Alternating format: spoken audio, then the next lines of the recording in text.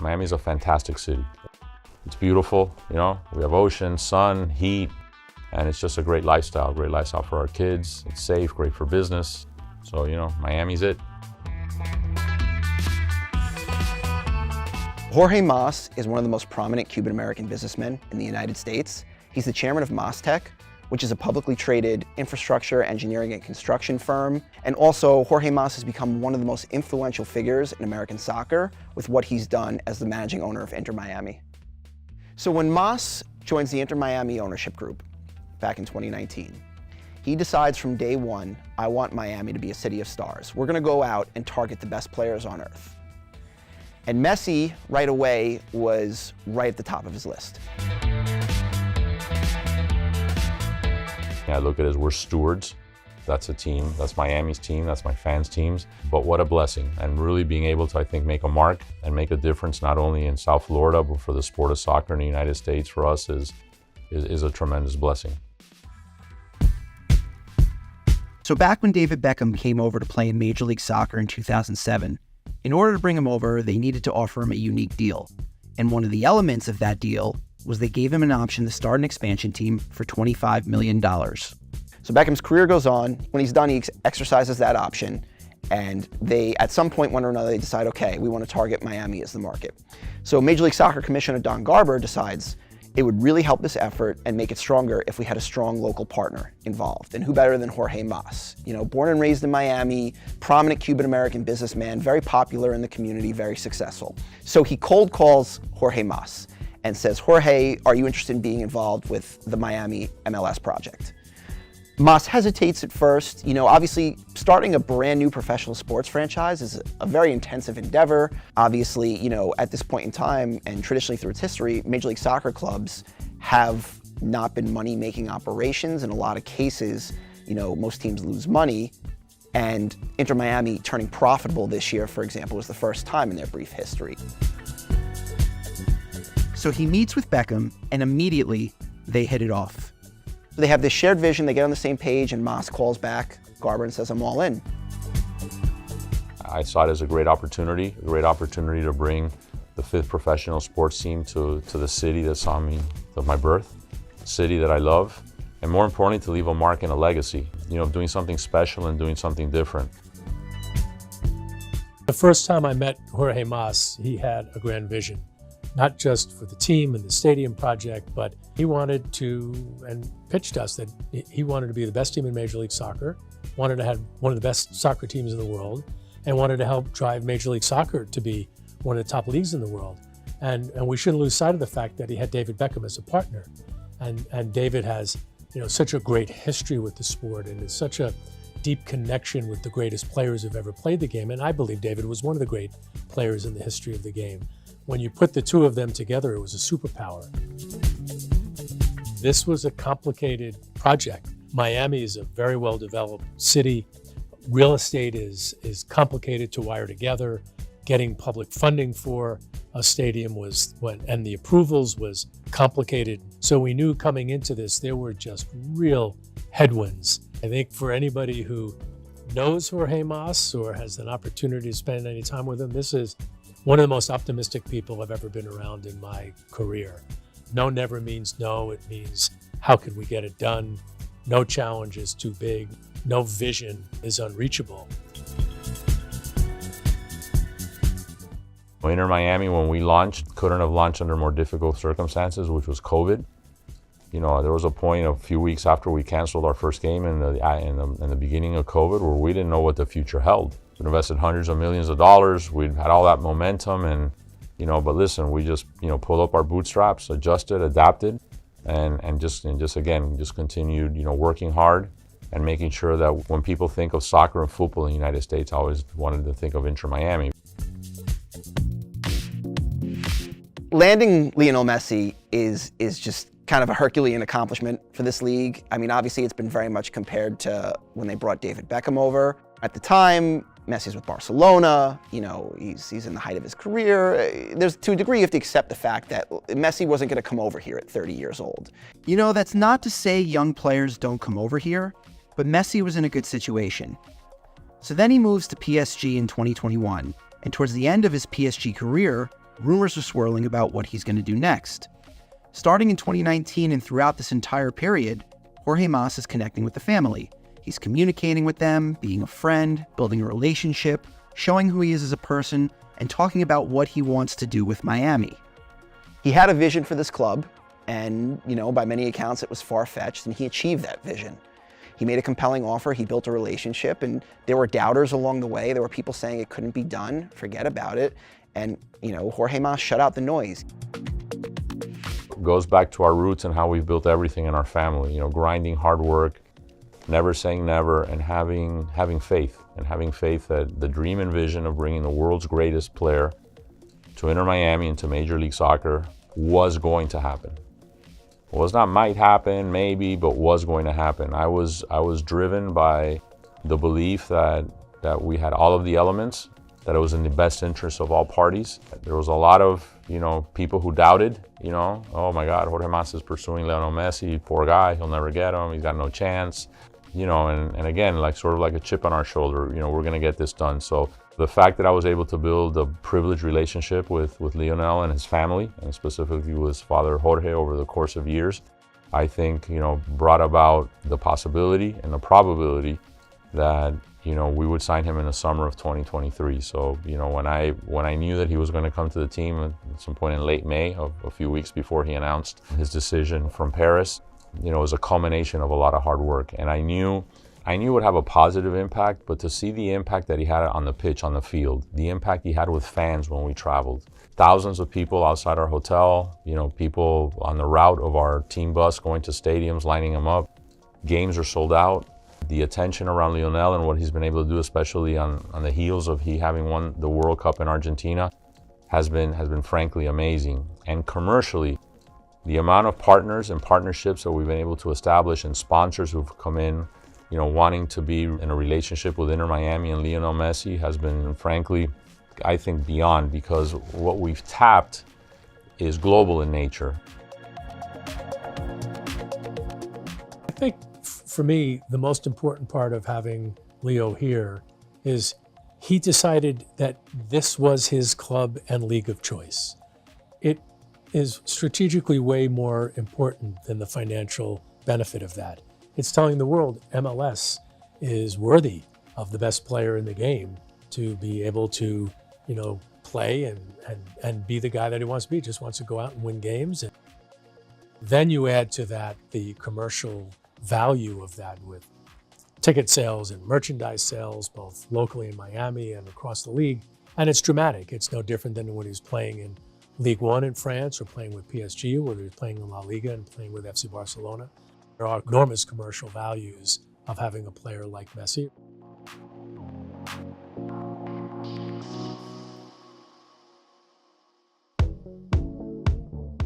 Mastech is a publicly traded infrastructure engineering and construction firm. They've diversified what they do a little bit more recently. They've gotten into renewable energy. Basically, about 50 or so years ago, Jorge Mas' father, Jorge Mas Canosa, who was another very accomplished businessman and a legendary Cuban exile advocate as well, he bought into this company that was later renamed Church and Tower, and they dealt in telecom and different types of construction. And he revitalized this business, which was failing at the time, and grew it into basically a pretty substantial company. Initially, for a long time, I wanted to be a baseball player. For many times, that was the first sport that I loved. Secondly, I wanted, as I evolved, as I became a teenager, so on, I wanted to run the family business. We're in the infrastructure and construction business, and that was my dream, and dreams do come true. When Jorge Mas, the younger one, went there and worked there full time, he kind of brought in this era of change with the business. They automated their billing systems, brought computers into the office, but what really kind of set things on the path that led to today is Hurricane Andrew hits Florida in 1992. And Mas makes this aggressive play to basically rebuild the state's infrastructure. And it wasn't an easy task, but they were successful. It grew the company's revenues tremendously, and it led to this reverse merger with one of their competitors that laid the groundwork for Mastech to emerge. And since then, Mastech has grown substantially. Last year, actually, they reported $12 billion in annual revenue. We're in a trailer in a dirt yard in South Dade County, hustling, just trying to make enough money to make payroll. and to be able to feed the family, you know, and today we're a Fortune 400 company. Again, dreaming anything is possible, but the early days, and I remember them vividly because those were our roots. You know, it was just hard work, persevere, grind, you know, just grind. Days were 16 to 18 hours, not 8. My father was very special. He was my best friend, a mentor. My greatest memories with my father and my brothers were always Dolphin games on Sundays. We're rabid, passionate fans and just great. And, you know, watching the Dolphins win the AFC Championship game to go, it's 84, I believe, to the Super Bowl with Dan Marino in his rookie year was a highlight in our sports family lore. Frankly, sort of like, you know, the holy grail would have been being the owner of the Dolphins, you know, at the time as a young South Florida kid, rabid, you know, Dolphins fans, but life has taken me to where it should. To be able to share this journey, you know, with my brother and with my family has been truly a blessing.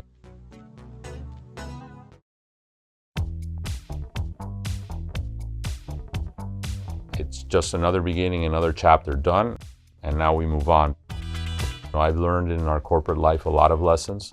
You're never measured, you know, we're a publicly traded company. You're never measured either by your stock price and in the team. You're never measured only by wins and losses. You're measured by building a culture of success, building one that can go through the ups and downs. There's always going to be downs. There's always going to be, you know, certain failures and obstacles, but it's how you face them. It's how you persevere. We'll have Lionel Messi here for 2, 3, 4 years, however long Lionel wants to play, and that's amazing in itself. But we also look forward, you know, to what does a post-Messi era bring? And, you know, I can anticipate that Inter Miami will always have one of the top players in the world on our roster. Hopefully, you know, together with my fellow owners in Major League Soccer, and then 4 or 5 years from now, we can have 15, 20 of the top 80 to 100 players in the world here. But I am extremely optimistic about the future of our league, about the future of the sport in our country. We want to be one of the top leagues in the world. We want people to think about us like they think about the Premier League.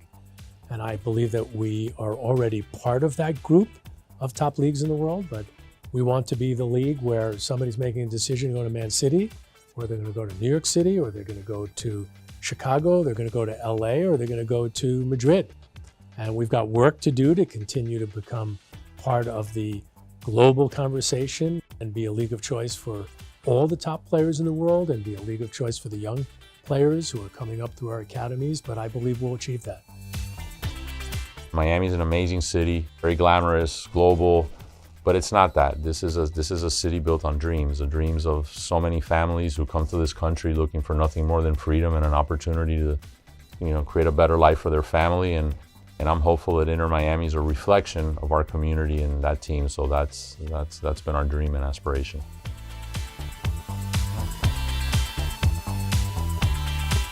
Even if there's only one person that I can impact that is looking up to me in the sense of like, man, he is inspiring me to chase my dream and help change the world, I'll be okay with that. Jayson, thanks for being here with us today. Appreciate you. You've had an incredible year, NBA championship, Olympic gold medal. What goes through your mind when you reflect on that? Honestly, for me, is those moments are far and few between where you have the opportunity to reflect. I feel like in this business, in this world, it's always like, what's next? What are you doing next? While I'm very thankful and proud of the things that we were able to accomplish, and, you know, myself recently, you know, we just started practice yesterday, so it's like, you gotta get ready for the next season. For sure. And also, I should add that you added, you know, a massive contract extension. You secure your financial future. What was the process of that like coming together? And I'm thankful it was an easy process. There was a mutual interest on both sides, and for me, it was more about being wanted. It is life-changing, family-changing, generational wealth, money. But for me, it's like, I love what I do. I love to play basketball. I love being in Boston. And I was glad that they wanted me here for another 5 years. This has been a very competitive group for a long time. Obviously, you've been to the finals before, but this year you achieved the ultimate goal. I'm curious, you've shouldered a lot of those expectations. So what was it like finally achieving that and getting to the mountaintop? It was a dream come true. This past 7 years in Boston, you understand the only thing here that matters is winning championships. We had 17 banners prior to that, and we had a blank one ready for number 18. And been to the conference finals 5 times, and 2 years ago losing in the finals, it was devastating. It was tough. But being so close and sustaining such a level of success for so many years, I believed that we were going to do it. I believed our time was coming soon. And in that moment, sharing it with your teammates, your family, your fans who have been on that ride with you through the ups and downs and the highest and toughest moments, that moment was one I'll never forget. And then the parade was the best 2 hours of my life, probably. I can imagine. So what allowed you to take the next step? Was it, improvements physically, mentally? What allowed it? I think you just get better over time. I'm only 26 years old, and I feel like I'm older. People might think that I'm older than what I am, but I came into the league at 19, and you have to, learn certain things. You don't know what you don't know. It's a process. Your body has to mature. Your mental has to as well. You have to go through certain things. And I didn't understand that when we lost in the finals 2 years ago. I was frustrated. I was devastated. But once we won the championship, I understood that we had to go through those things. We had to take our losses and learn from them, so that when we got back to this moment, we knew what it would take. In Boston, something really unique is you have this cohesive group that's been together for such a long time, and I think that's rare in today's NBA. So how much of having these same guys around you year in, year out has played into your success? Yeah, having a core group has been a blessing, right? We've been through so much together, but I can't stress enough getting Drew Holiday and KP, what that did for our team, how much that elevated our team. I say it all the time, everybody was in a perfect moment in their career. Guys have gotten their contracts, had individual success, and we all came together and sacrificed certain parts of our game so that we would be the best team and that it would give us the best chance to win a championship. Yeah, I think that's extremely well said. When you think about the future, obviously, a lot of you guys have been rewarded with new contracts and stuff. It's hard to keep a group like that together. So how do you approach the future here? And do you have any concerns in terms of keeping this group around to extend it into a dynasty? For me, it's all about staying in the moment, understanding that you have a window, and when you're in that window, you can feel it. And we know that however long we're together, 1, 2, 5 more years, that this is our time, and we shouldn't take it for granted. We can't skip steps, and we should maximize this opportunity. And we're all on the same page. We got, more than anything besides like great basketball players, we got great people on this team and in this organization that everybody from the top down contributes to us hanging that banner. All-Star, All-NBA, champion, gold medal, specifically on the court. What do you still want to accomplish? Man, I want to continue to keep getting better. As a kid, I was very motivated, right? I set a bunch of goals for myself. And I've been blessed in real time to slowly be able to check off certain boxes that I wanted to accomplish. I want to win MVP one day. I want to win more championships. I want to be finals MVP. Those are at the top of the list of the things I still want to accomplish. When you consider those, and obviously in the past you've spoken about being the face of the NBA, is that the blueprint to get there? How do you see yourself achieving that goal? Being the face of the NBA, that's like a opinion type of thing, right? You ask 10 different people, you might get 10 different answers on who's the next face of the NBA. You put yourself in that conversation, people see you in that light, how you carry yourself, the way you present yourself in certain situations, the things that you're involved in off the court in a positive way, obviously, and your style of play, how you connect with the fans, how you dominate the game, and winning championships for sure helped. Speaking of face of the NBA, you have spoken at length about your relationship with another face, Kobe Bryant, and I'm curious, kind of, as you go forward, what do you model after him? Being relentless, right? Kobe didn't stop at being satisfied with one championship or two or three, right? He ended up winning 5, and he did everything in his power. Like, he didn't have any regrets when he left. That's what I admire about him the most. He literally gave everything that he had to the game of basketball. He maximized his God-given ability to the nth degree. And, you got to respect somebody like that. Growing up in St. Louis, raised by a single mother, tell me about childhood and the role your mom played in success. My mom played the biggest role in my success. She's my best friend to this day.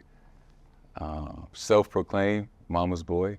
My mom is my superhero, right? She sacrificed everything to give her son opportunities to go chase his dream. She was the hardest working person that I knew. She never made any excuses. She gave me unconditional love, but she was the toughest person on me. She never, she kept me out of trouble. She made sure that my head was on my shoulders. I was always going in the right direction. I always did well in school. She, was the sole reason why I'm the man that I am today. It sounds like when you reflect on that, it was a little bit of a struggle getting through those times. Is that kind of the accurate way to describe it? Yeah. My mom was 19 when she had me. She was still a kid who just had a kid. And she was a freshman in college, and she was trying to make ends meet, right? Lived check to check our whole life growing up. Was almost evicted out of our house. Had to borrow food from our neighbors so I could eat. And a lot of times she didn't, right? She just made sure I had something to eat. But, going through tough times made our bond closer. I never was mad at my mom. I never was angry at her. It was us against the world. So who had the brilliant idea to put a basketball in your hands, and what was your, wow, I'm really good moment? Well, I had a brilliant idea. So my dad played basketball at St. Louis University. He played overseas. So he'll get the credit for putting the ball in my hand and being my early coach and trainer and things like that. But nobody ever had to force me to go to practice, force me to work out. I just gravitated towards basketball every day. I would rather play basketball at the park than go swimming with my friends or go to Six Flags or go to the carnival. At school during recess, I always wanted to play basketball. It was a genuine love energy between me and the game from as early as I can remember. How old were you when you knew okay, I'm better than a lot of the kids I'm playing with. This might be something. Then the kids I was playing with, 2nd grade maybe. Things just came natural to me, and things that I didn't understand, like my teammates or friends, they weren't able to do. The game of basketball just came very, I could see something one time and oh, that makes sense, or I know why they did that, or I can go work on that. And I grew up in a basketball family. My dad, my cousins, my uncles, everybody played basketball at some level, and I was always around it. Bradley Beal went to your high school. You've spoken before about looking up to him. I'm just curious, seeing him accomplish what he did before you got to it, what was that like for you being a teenager? Yeah, so Brad was a senior when I was in 7th grade. Our high school and middle school was connected. Yep. He took me home every day, his senior high school, because we lived 3 minutes away from each other. Brad is somebody that I'm very thankful for. He was the blueprint of somebody that I saw every single day, what it was like to be a student athlete, what it was like to be a role model, what it was like to work hard, what it was like to, he played in the McDonald's All-American game, the Jordan Brand Classic game. He played at the University of Florida. He won Gatorade National Player of the Year, and they came and presented him the trophy at our school. And I was seeing all of these things in real time, and I would always ask questions. I was seeing how he went about everything.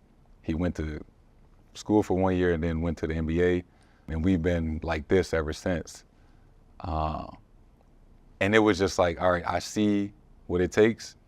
That's what I'm gonna do. And I just followed essentially everything that he did as I went through high school.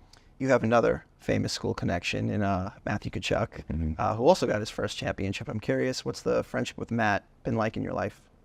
It's been cool. Me and Matt went to school from 7th, 8th, 9th, and 10th grade.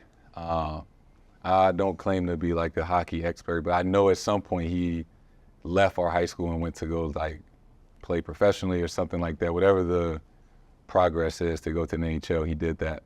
But we had many classes together. We worked on like projects together, and we had gym class together. I knew his dad played in the NHL, and I knew that he was, aspiring to be a professional athlete as well. And great kid, great family, and it was just cool that in the same year we both won a championship in our respective sports. Obviously, you weren't the last group, but one of the last groups to play for Coach K at Duke. I'm curious what, such a legendary coach in a university like Duke impacted your life and did for your career. Yeah, that was choosing a school was a big decision at 18. Well, I guess I was 17 when I chose that I was going there. And it's one of the best choices I could have made. Going to a program like that really prepared me for being in the spotlight, coming to the Celtics, right? Like the best franchise in the NBA and arguably the best program in college basketball. We were always on TV. There was always expectations. It just prepared you for the next level. Coach K is somebody I'm still very close with that, I really felt that he cared about me as a person and really wanted to help me accomplish my dreams. And then finally, like one of my best friends I met at college and works now with the Celtics as one of the coaches, John Shire, somebody I talk to every week. And then, the brotherhood is real. Everybody that walked through that program, whether I played with them or they were there 20 years before me, whenever you see somebody that played for Duke, it's always love. Flash forward to 2017, you go 3rd overall in the draft. As a competitive guy, I'm sure, you don't want to see people go ahead of you, but we can't deny how well it worked out that you arrived in Boston. So, when you think back to that moment versus now, what kind of goes through your head about how the situation worked out? Yeah, there was a process. Early in the draft process, I thought I was the best player. I was like, I want to go number 1. Throughout the process, I realized that it was unlikely that I was going to be the number 1 pick. That Markelle Fultz and Lonzo Ball were kind of penciled in at 1 and 2. And the closer it got to the draft, I didn't care where I went. I was just like, man, I can smell that my dream is about to come true. I just want to hear my name called. And even that night, I didn't know where I was going. I just was ready to hear my name called. And that was like the single best moment of my life. It was just something that as early as I can remember, I was 4 years old. I knew I wanted to be in the NBA, and I worked towards that goal for 14, 15 years. And to hear your name called with your mom and your family being there, it's like the weight of the world was lifted off my shoulders. It was the ultimate, we did it. We accomplished it. And it's been great ever since. So when you entered the league, you were a very natural scorer, but obviously defense in the NBA is a very much an acquired skill. Did you have to work extra hard to become the defender you are today, one of the best in the league, or was that something that came natural? So our team was very talented when I got drafted. Traditionally, when you go in a lottery or a top 3 pick, you go to a team that is rebuilding or isn't that good. The Celtics were number 1 seed in the East the year before. As soon as I get drafted, we get Gordon Hayward, we get Kyrie Irving. So now I'm trying to figure out, how do I fit in? Am I going to play? And I realized very early in training camp that if I want to get on the floor, I have to learn, I have to be a really good defender. And that's really, really where it came from. I want to play, I want to be in the game. And a way to do that with these other superstars at the time when I was only 19 was don't be a liability on defense. And I figured it out quickly. A couple of years ago, you said your mom didn't let you spend your NBA money, and I'm curious, is that still the case? Are you still saving that side of your money? Yeah, that's still 95% true. I've, used some of that money. I purchased houses for myself, my mom, my grandma, and things like that. But yeah, I like everybody else, I get paid every 2 weeks, and I have a savings account and I use that to invest in things like that. And that still holds true. I don't live off my NBA check. Is there any specific way you invested all those savings that have kind of come back to help you since then? Yeah, and it's really grown for me in the last few years, I would say, because I didn't invest my first 4 years, mainly because I never learned about investing as a kid. Like me and my mom, she didn't have a savings account. We had nobody to teach us how to make your money work for yourself and things like that. And I've been very grateful and privileged to find partners and find things that I'm interested in and that are organic to me, that and companies that I've been able to invest in. So you have a very robust portfolio of sponsors, and that takes a lot when you're a professional athlete and have a very busy schedule. And many athletes, frankly, they don't want to deal with that kind of stuff. So I'm curious, what's your motivation for having such a prolific off-the-court business? It came when I was a rookie, when I was finding my agent, Jeff Wexler, down in Miami. It came from me and my mom talking about, like, yo, we're gonna live off your endorsements and save your NBA checks. And I had an idea what kind of lifestyle I wanted to live, and I like nice things.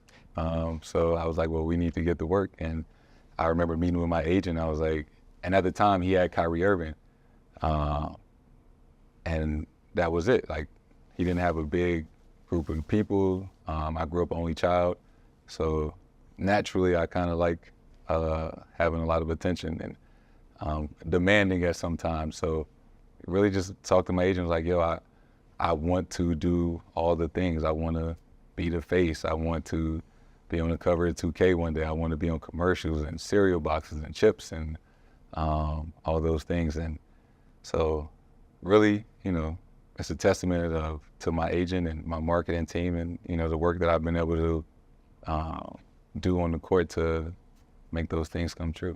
So your agent calls you up. He says, I've got this deal for you. What are you looking for in a potential brand partner? So there was a point where I was like, I just want to do anything. Whoever calls, like, we doing it, like, whatever. And now it has to be like something I want to do, something that is organic. I like working like with good partners and good brands and good people that want to help things that I'm doing, want to be involved with the Jason Tatum Foundation, want to help the community where I'm from. So it's much more like detailed conversations now when I ask way more questions and things like that than I used to when, early in my career. So the signature shoe is like the gold standard of athlete marketing, and the Jordan Tatum 3 just announced. Mm-hmm. I like the kicks you got on there. What does that mean to you? I mean, we talk about, you dreamed of this, and the signature shoe has to be a key piece of that. I sound like a broken record, but it's like, man, it's a dream come true. I remember when I got the phone call from Jordan Brand that I was getting my own signature shoe. It's just like, I always revert back to the moments when I was a kid of like, man, having a conversation with my mom, like, one day I'm gonna win a championship. One day, like, we're gonna go to Foot Locker and kids gonna want to buy my shoe. And that's what like keeps me going. Like, I remember those moments as a kid. It's why I never take things for granted. That's why I enjoy being in the design process with the design of the shoe, working with the team, designing all the colorways, trying to tell stories through the shoe. And the best part is seeing it come to life. You're also a founder, obviously. You started Small Wins, the candy company. I'm curious if you could take me through the origin story of that. Yeah. Shout out to my partner, Tony. He used to work at Nike, so I knew him a little bit. He left Nike and he called me one day and came up with this idea that he was starting a candy company and he wanted to partner with me and kind of me be the face of it with my relationship with Deuce. And it was all about starting like a healthier, better for you option for kids, right? Plant-based gummies. Things that you may not have thought about before you had children. And the way that diet and nutrition is transitioning, that it was a no-brainer for me, right? It was something that, I love being a father. I love doing things for my son. I want to give him healthier and better options. And it's been super cool to see it gain traction and come to life, and how we're going to have small wins bags at TD Garden and the game, and they're on Amazon. You can go into Walmart and grab them. That has been a different process than, like, you know, I'm used to dealing with shoes and things like that, but Yeah. Starting a candy company has been fun. You think about everything together. What do you want your legacy to be? I want people to be inspired. I always revert back to, like, Kobe was my favorite player. Los Angeles to St. Louis is, I don't know, 2,000 miles away, whatever it is. Somebody that I never met, I only saw on TV and interviews, from a distance, inspired me to chase a dream, work as hard as I did, sacrifice, you know, a lot of things as a kid growing up to make it to where I am today.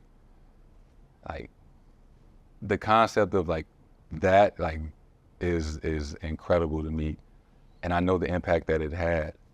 And for me, it's like, man, this is what I'm doing it for. Like, I'm busting my butt every day to be the best version of me that I can, and it's all about inspiring the next generation. I hope that even if it's only one person that I can impact in that same way, that is looking up to me in the sense of, like, man, he is inspiring me to chase my dream and help change the world and give back and change his community, you know, I'll be okay with that.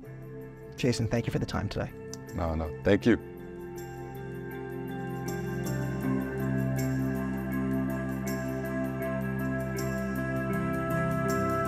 The hardest part about becoming an entrepreneur is because I need to learn so much from scratch. Like in F1, of course, I was at the time the greatest expert that there was in F1 in terms of driving. But then when you start something new, you need to start lower down and really learn, listen to podcasts, speak to as many people as possible. It's a big, big learning curve.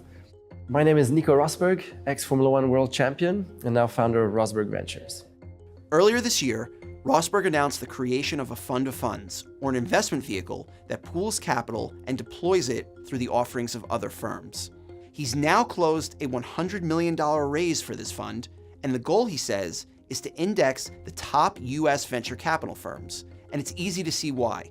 According to financial services company Wealthfront, 95% of the American VC market's realized returns are generated by the top 20 firms. My path into venture capital started with angel investing, but it's grown into interacting more and more with the actual VC firms and the leading VC firms in the US.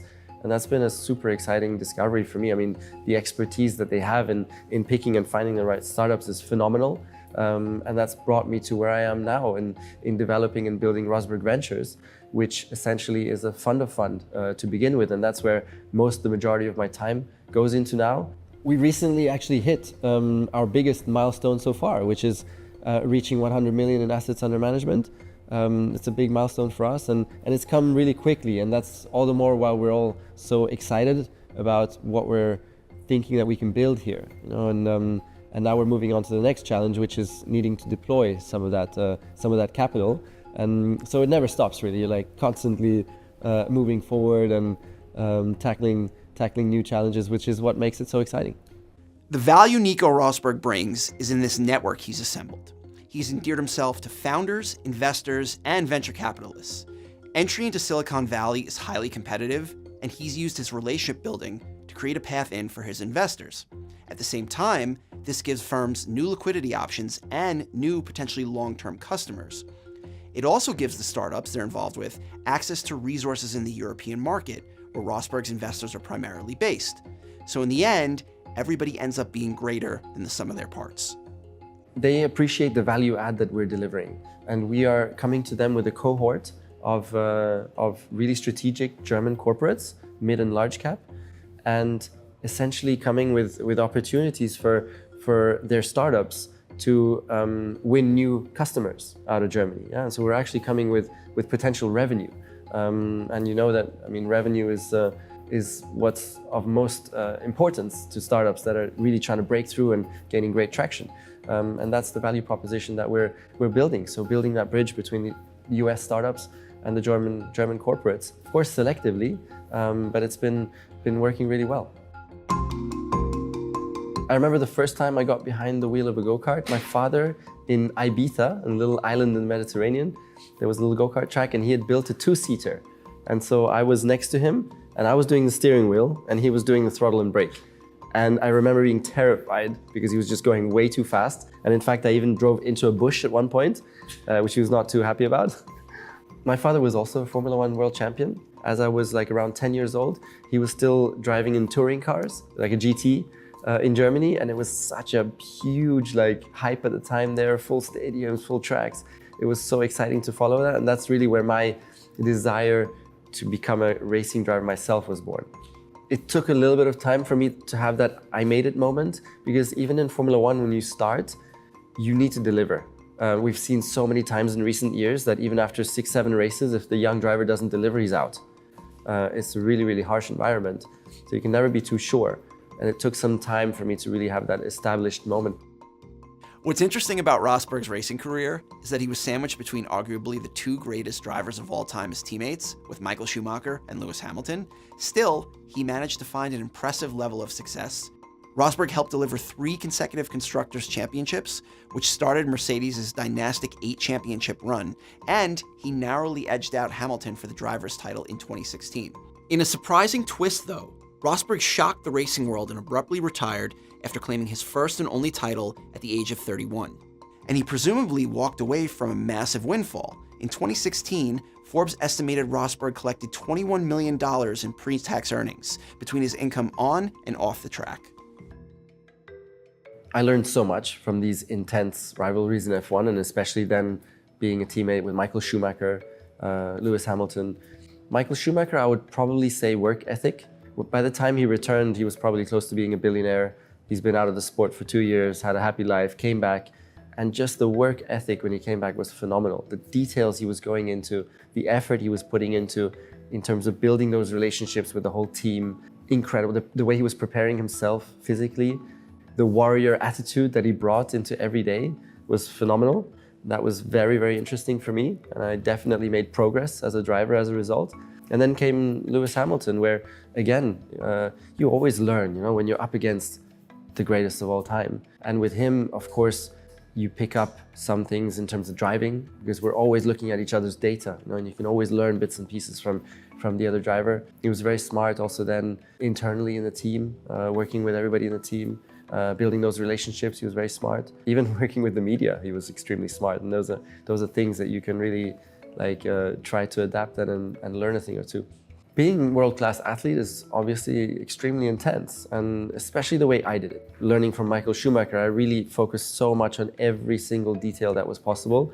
It was just a 100% dedication to becoming a champion in F1. And that's not an easy approach. Yeah, it's quite, it's definitely, for me, felt very demanding. And it's across the board. It's every single aspect of being a great racing driver. That means working with the team, understanding the physics of the car, setting up the car perfectly, preparing myself perfectly. And there is body fitness training, but there's also mentally. So I worked with a psychologist 2 hours every 2 days throughout the whole winter, every winter, very intense as well. Your life's approach also, like really being disciplined in life, focusing, not doing any other stuff, deleting Instagram, all these kind of details. It was just the full focus. And then I got there in the end and I got my dream, achieved my dream of becoming world champion. So it was also somewhat a rational choice that it was the most beautiful moment in my career. I'd reached my dream and I thought it would be a good moment to move on into the sunset, as you say, going out at the very, very top. I can't go higher than that. And in hindsight now, for me personally, it was a really good choice, and it still carries me today. Rosberg has become quite adept at cold calling or facilitating introductions, and part of that is a willingness to steer into his greatest unique angle, the fact that he's a former Formula One champion. Anytime you're trying to build a relationship from scratch, you need to find a way to stand out, and noting a career as a high-performance athlete is one way to do that. Another piece is that he never really sees himself as a passive partner. He's always trying to help. His racing background earned him a reputation as an extremely detail-oriented competitor, but he can contribute in a lot of non-traditional ways that your average investor can't. He has a massive brand and social following that he's leveraged for partners in the past, and he also creates environments to foster new business relationships, like hosting events at Formula One races. Again, I'm benefiting. I'm German. I'm the German Formula One world champion, so that helps me to get those first meetings. But then I need to come with a solid plan, huh? And I have been able to approach them with an idea that has resonated really well for them, because the German mid and large caps are at the moment also, they're facing a great problem. And the problem is they need to transform their businesses. They need to digitalize their businesses. They need to onboard artificial intelligence. They need to make their businesses more sustainable. So they're facing significant problems. And the US startup scene has a lot of solutions to those problems.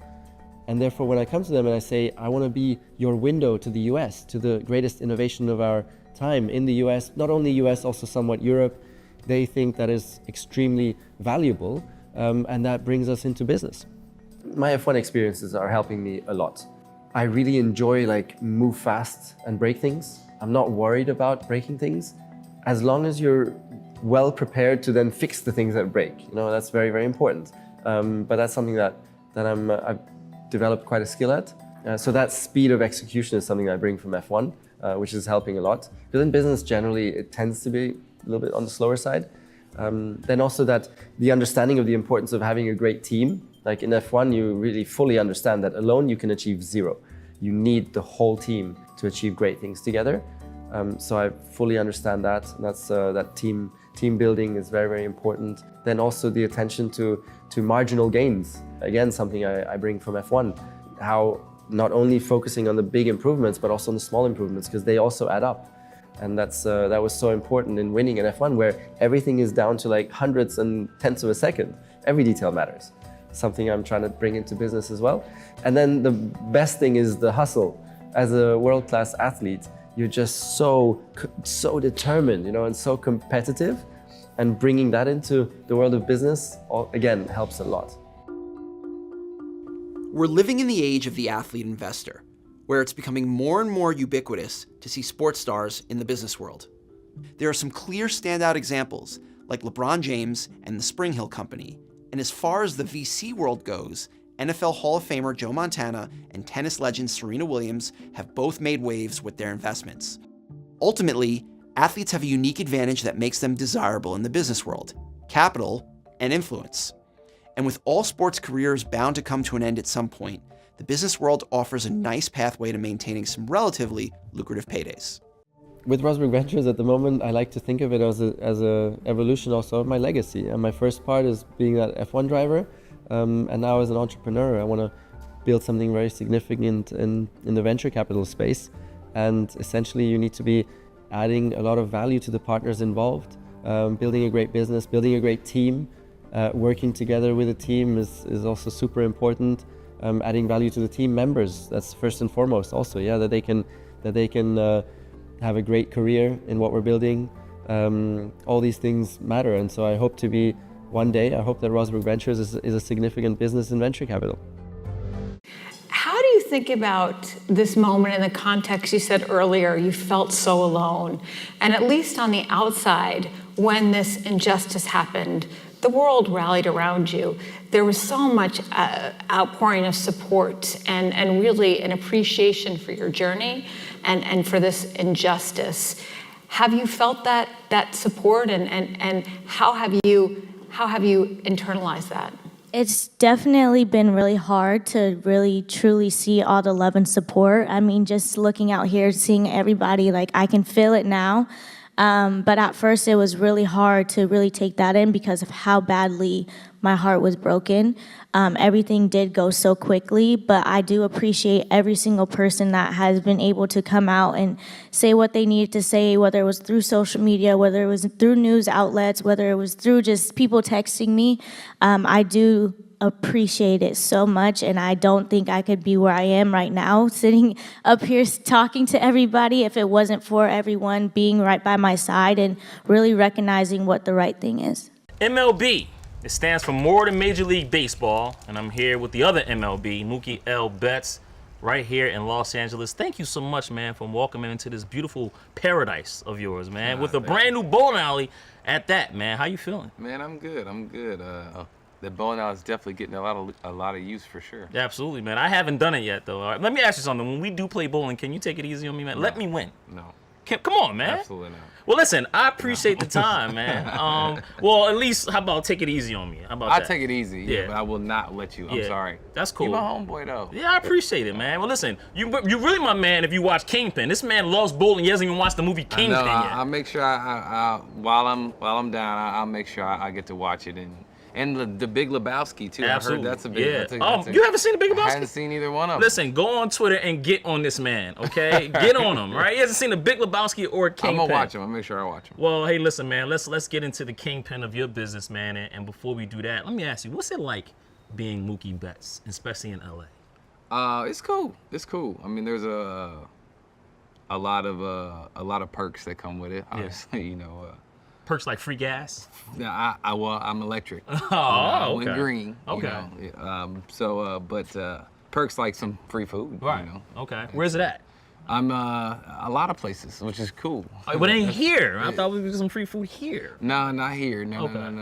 But you know, it is what it is. Like, there's a lot of perks to it. There's a lot of things that may not be so great, like, you know, going to the store with my daughter and you know, pictures and whatnot, but she doesn't understand it. But, you know, it is what it is. You know, like I said, it's a blessing. Yeah. Well, what's it like being a dad, man? I'm a girl dad, you know what I mean? And you're a girl dad as well. First of all, what did you get for Father's Day, right? This is a good recap right there.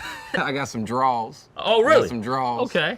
That's always good. And Ken and Kaj, my son, they made a little painting, the hand fingerprints and whatnot. So that's always good. It's up in my locker. Yeah. But it's awesome being a dad, man. It's hard. Yeah. It's really, really hard. And you appreciate when you hear compliments and like when she's doing good in school or she's being good at school or wherever. You know, when she has friends and they love her. You know, that stuff is awesome. But being responsible for another human is really, really hard. Yeah, man, tell me about it, man. I'm telling you, mine's is 10. She felt like she's going on 18. Yeah. You ever come out here, man, and just let loose and just sit back and reminisce? I don't know what music you play, but when you just come out and relax, maybe on an off day or something. Yeah, absolutely. Absolutely. It's a lot of just coming out here and just hanging out, taking in nature. My little girl loves running around out here, so I just come out and let her run, do her thing, jump in the pool or whatever, and I just kind of sit here. And just let thoughts come and go. Yeah. Well, listen, it's very rare that you catch a player like this in the middle of an MLB season. So I really appreciate the time, man. Thank you so much.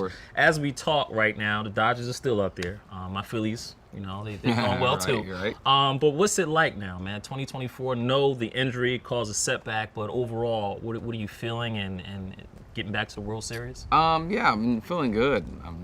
Obviously, we have a Shohei, which has helped a whole lot. That makes everybody feel good. But the team's playing well. Things are going good. Life's going good. Wife is happy. You know, that's always kids are good. Yeah. So I try not to let baseball kind of define everything. You know, it already defines a lot. So I try not to let it take over my whole life. And so as long as my kids are happy, wife's good. That's really all I can really ask for. Yeah. Well, you mentioned Shohei Ohtani. What's it like being his teammate? And do you see anything different from when you were his opponent? Yeah, it's awesome being his teammate. As how much he's engaged in the game, how much he knows about the game. I mean, how good he is at the game. You know, so I would say just being on the same side, seeing what he does every day, it's an impressive thing. You know. Going. Everybody kind of goes through their stretches and whatnot, but he does it literally every day. So that's kind of what sets him apart and why he's the GOAT. Yeah. Well, listen, you're a GOAT yourself, but do you learn or have you learned anything from him in your short time? No, there's nothing I can do that he can. There's nothing I can do that he does. So there's no point in even me trying. You know, he's 6'4", you know, however many pounds he is, and I'm 5'9", 175 on a good day. So. There's no way I can replicate anything that he does. Yeah. Well, how do you process the game? Like, well, when you're on the field, because one of the things that you hear behind the scenes and even tracing your history is how quick of a learner you are, right? And then you apply what you learn very, very fast, right? How do you process the game? I don't know. It's a great question. I think it's because I'm partly kind of lazy. Not lazy in the work, but lazy in a sense that I want to get to the answer as quick as possible. Like, I don't like taking the long routes and whatnot to find out what I'm doing. But I learned that I have to start to take the long routes. And so once I became more of a student and not the laziness trying to just get the get rich quick scheme, my dad always says, once I stopped that and really became a student, I feel like I really got a lot better because I understood what I was doing, why I was doing it, how I'm going to do it, and it was easy to apply. Yeah. Well, listen, as we talk, congratulations because you made your first tech investment, right? Yeah. Software Yes, sir. software as a service company, Growth Loop. I know, man, you spoke over the phone about why you decided to go with this company, but explain it again, elaborate. As you had time now to sit back on it, have you defined or you explored anything new about like when you look at that investment, says, you know what, damn, I didn't see this before, but now I see this is a very good investment. I feel good. Yeah, really, it wasn't the investment per se. Yeah. It was really just being around new people and being around these people who all of them are awesome. They're awesome. They've been very inclusive on everything that I've done so far, and any questions I've asked, they haven't tried to make me feel dumb or anything. It's actually they encourage all my questions, and so it's really the investment itself is obviously something that's it's really, really cool just to be able to do. But I think just the learning behind all the acronyms and all the things that go on. I mean, they're speaking Chinese sometimes, but I'm able to listen to some of it. Yeah. When you tell me, we were talking about this, that when you were making this investment, I was shocked, right? But you were saying, hey, I didn't know this was attainable. Like you hear about this stuff, right? But you don't know it because when you walk down that path of actually doing it, how difficult was it? And what was the difference between hearing about it and actually walking the path? It's really difficult just because the terms and whatnot and the mindset is completely different. You have to be, the entrepreneur mindset really is different than being a consumer. And so I'm starting to learn that and trying to really grasp it, but it's really hard. But that's why you get in a group like this, and that they've made it a lot easier, and knowing that stuff exists, right? But you don't really know how to get into it. And so just God kind of blessed me, and now I'm here. Yeah. Well, let's go into your portfolio, man, right? Because you have a lot of things that you're involved in, Mookie, right? First, there's the bowling. I'm going to get to that in a minute. But you have the One Marketing Group, right? And this is where you do the podcast at, this era of athlete creators. You're taking all the jobs, man. I mean, I'm trying. What are you guys seeing about being an athlete, right, and in creating in that space? Like, what are you learning about how to navigate it and the business behind it? Because I know y'all doing it for fun, but you're also trying to, market yourself as well.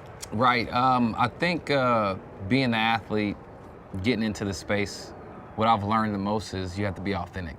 When you start to enter into other people's space, people feel fake. People feel if they're here just to try and get a buck, or here just to do this, do that. But for me, it's genuine. Like I genuinely want to learn about this space and different spaces, and I don't know what I want to do when I'm retired. So I'm genuinely learning and putting myself in the best position possible to be able to make the best decision when that time comes. Yeah, and then you have the juicing company, right? Your 50/50 Foundation. But that juicing business, what are you learning about that? Because everybody loves, being healthy, especially in this day and age. People are drinking less soda even now, paying more attention. I know when I go in the grocery store, I'm looking at the back of the nutrition, like, how much calories is this? Do you know what all the little 8s are? No, I do not. Me neither. Yeah, I just know not to do sodium nitrate. Anytime I see that in the food, I'm like, all right, I'm not getting it. But the juicing business, man, what are you learning about that? It's really my wife. She's doing all of that, so I'm just there to support her. But the main thing I'm learning just from afar is just that it's tough. Like it's really, really hard to get a juice, any product on the shelf, and then success, be able to sell it and scale it and all those things. And you don't think about all the intricate parts of it until you're in it, right? And just something as simple as packaging or making a mascot or things like that go, really just as long as the juice, just as long as the product itself. And so it's tough. Yeah. Well, when you think about it, have you transitioned? Are you of that CEO mindset yet? Or are you, most times when you talk to athletes, y'all are CEOs because y'all are brands, right? But have you transitioned your mind there yet? Or have you just been full focused on baseball? I think there's definitely space to do both. You have to just figure out the timing of it. But I'm learning to switch my mindset to the CEO. I mean, I don't know what it fully means yet, and that's why, like I said, being in this group and hopefully others, I'll really grasp what it means. But I'm definitely starting to turn over into the CEO mindset, and but I had to make sure I take care of my job too. Yeah, absolutely. Yeah. Well, what's the biggest positive surprise as you're walking that CEO mindset, going through your investments and things of that nature, learning about the business world and the fintech world more? What's been the biggest positive surprise that you learned? I would say for myself is that I can do it. Being here. The baseball culture is so much. You're playing games every day and you're tired, and then you got to go home and be a husband and a dad and friend and all these other things, and so it's hard to really add business to that. But somebody's got to do it, and it's me. And it's tough to find the balance, but I'm doing it, and I got a great support team. Great support team. How about negative, right? Where all positives come to negative. What's been the biggest negative surprise about this process? Just that, and you're just going to be pulled in a lot of directions. There is no real sit down and go home and watch a movie and chill type thing. Usually when you're home, you got to split your attention with your kids or with your family or with your wife, or maybe you didn't have a good day at work, so now I'm thinking about baseball and whatnot. And so the good thing is that business is something that you can really just apply yourself. If you apply yourself, you can be successful at it. So it's just tough to disperse the time. It's really just tough to disperse the time, but you gotta do it. Yeah. Well, listen, dig into your background right fast, right? To bring it full circle with the bowling point, right? Growing up in Nashville, Tennessee, and I remember you talking about that, and you said how fun it was, right? Because you were around the kid, you had your mom and dad around, and you were just that fun kid. But talk to that kid in Nashville, Tennessee right now, right? And Mookie Betts goes back there. What do you tell the youth when they look at you? Man, any kid, I would say to really, really be good about your self-talk. Like, you don't know what you're gonna be in life. You don't know if you're gonna play baseball, be a firefighter, whatever it is, right? Everything and everybody has some type of super talent, right? It's just, you gotta figure it out. But in finding that super talent, I think you have to be positive to yourself. I mean, the world's definitely not gonna be positive to you. So it can't be the world and you versus you. You against the world is already enough as it is. And so I didn't learn that until I was a little bit older, and now I would tell definitely my kids, but every kid that. Yeah. Well, then as you're growing up, you develop this passion, which turns into a love, which turned into a full-fledged business now for bowling, right? Yeah. Such a fun sport. And as I'm sitting back the other day thinking, and when we were talking, I'm like, he don't understand. If you were just go down that bowling lane as far as like setting up your franchises, like it could be big, man, like really going all in on that. But what are you finding? How do you transition that passion and that love into a business? Because you own a bowling alley in Nashville, and I know you want to open up a chain of them. Right. I'm slowly learning the balance, because bowling for me is fun and I love doing it. And so I don't know how I'm going to make it a business as well. Like usually when I go to the bowling alley or when I'm doing something bowling related, it's to get away from something. And so now I'm adding in the business to it, which I absolutely love doing. I love going to my own center and being able to turn on the lights and make somebody a drink or fry fish or whatever it is. And Mookie does this. He's at that bowling facility doing this. Absolutely.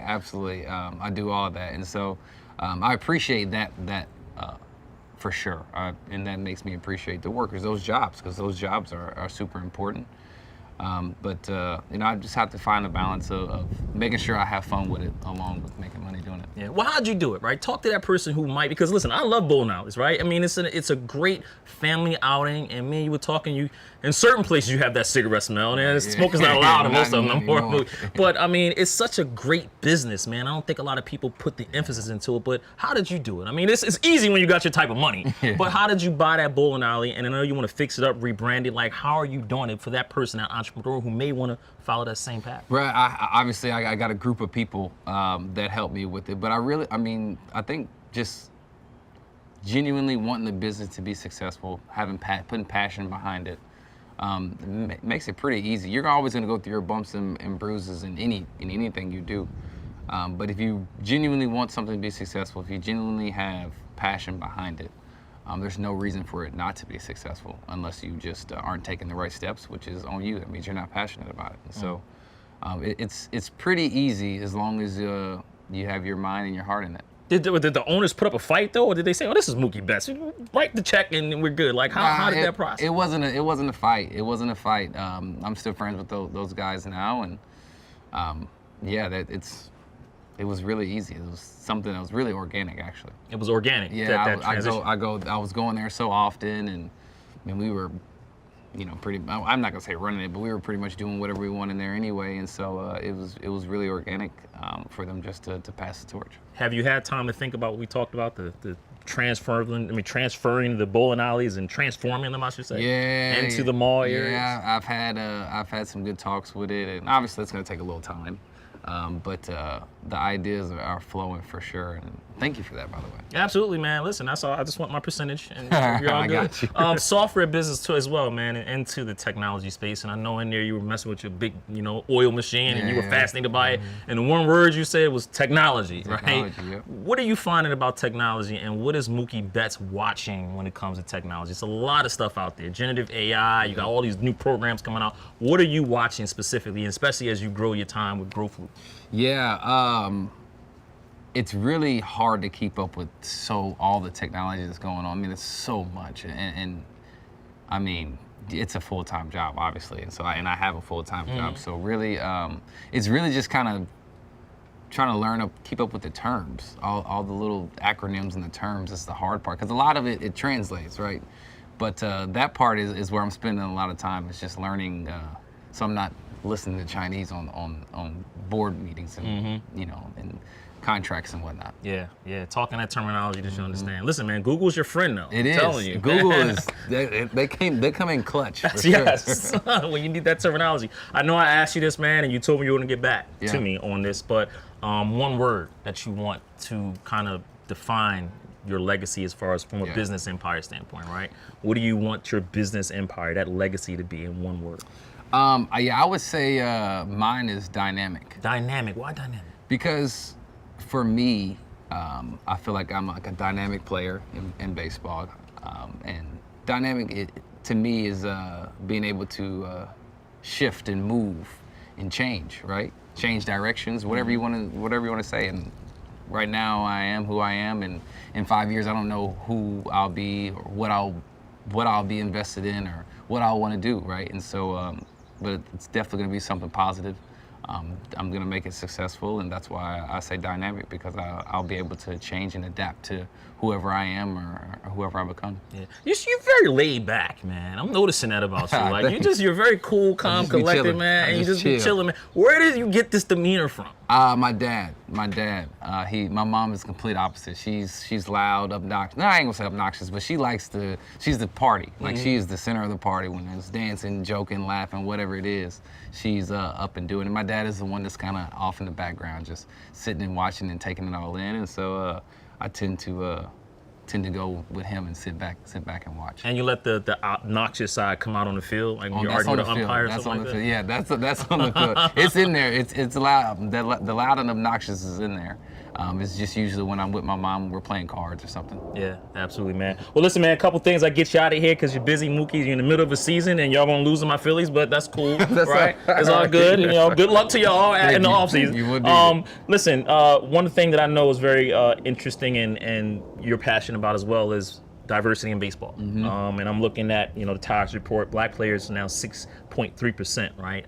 That's what they represent the game at MLB today. That's down from 16% in 1994. When you look at that issue, black players involved in baseball, I'm always an advocate for how do we get more black players involved in baseball to start earning Mookie Betts money, but just for more representation to get it back to where it once was and maybe higher. It's going to take more people like myself to get out there and really be a face for them to see. We got to. Kids nowadays have to. Back in the day, we wanted to be Derek Jeter, we wanted to be Ken Griffey, we wanted to be Willie Mays, Barry Bonds, and now we just have to be those faces for the kids. Somebody has to say, I want to be Mookie, I want to be Aaron Judge, I want to be, CC Sabathia, all the other guys out there. And so we have to really do a better job in getting out there and representing. But, also I think it's more important for us just to get us off the streets, not necessarily just into baseball. It could be whatever it is. Just be successful, get us off the streets, and give opportunities for kids to be successful. Because you never know what they're going to be. You can grow up and say you want to play baseball and end up, being a lawyer. That's okay. Being off the street is the number one thing that you have to do. Absolutely. As I run down these names, you tell me the first thing that comes in mind, right? One word, Mookie, because you got to get out of here. One word. And I'll start with Jimmy Rollins, because now you transition to shortstop. Yeah. That's a former Philly, right? Grew up in the West Coast as well. But, man, when you think about Jimmy Rollins, one word that comes to mind. I would say dynamic, for sure. Dynamic. Okay. Barry Bonds. Oh, he's an icon. Icon. Yeah. Tony Gwynn. I say Tony because he talks the game, man. I could watch a Tony Gwynn interview over and over again, and that man will tell you why he hit a foul ball. Specific. That's what I was thinking. Like he's like sorcery with the bat, and I can't think of the word. Sorcerer. There you go, sorcerer. He's a sorcerer. There we go. Willie Mays. When I think of Willie Mays, I think of somebody he did everything on the field. I mean, all around, just athlete. Ken Griffey Jr. Yeah. For me, it's swag. Yeah, it is. That's definitely swag. The backwards hat, all the home runs, the bat dropping. Yeah, swag. Yeah. Mookie Betts. I would say I don't even have a word that I could describe me, because I have no idea. You have no idea who you. I don't ever think about myself. Ever? Ever. Why? Because it's not about me. I like making other people happy, which makes me happy. And you do positive things, cool, but I'd rather see other people, laughing, joking, or see kids running around happy, and that's what makes me happy. Yeah. So I don't even know what word that is, but whatever. Yeah, pleaser. Pleaser, there you go. Pleaser. Yeah. MLB rule changes, man, and in the pitch clock, I thought very good ideas, and at the time, I know it went back and forth. Are you guys adjusted to it? What are the players saying? Yeah, I think the rules are cool. I mean, it's kind of tough sometimes when it's changing, but I mean, it changes for everyone, so it is what it is, and it definitely makes the game shorter for sure. Absolutely. Well, I think I know how you made your first million, right? But how did you spend it? Anything you would do differently?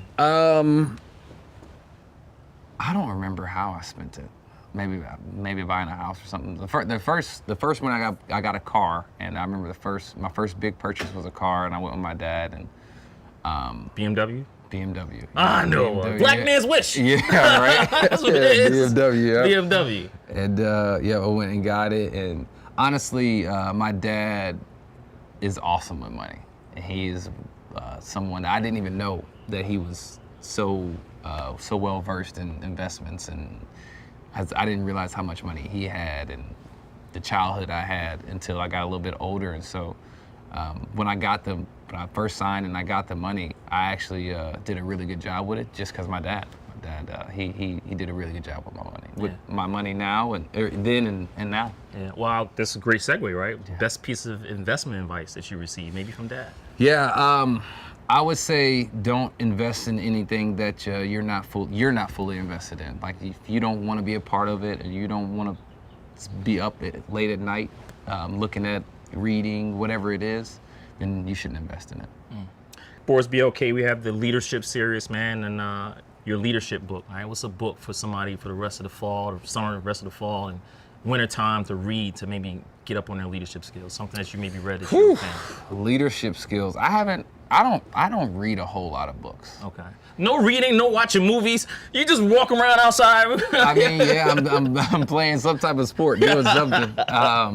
But the few books that I have read in the leadership vein, Will Smith's book has been one of the best books I've ever read.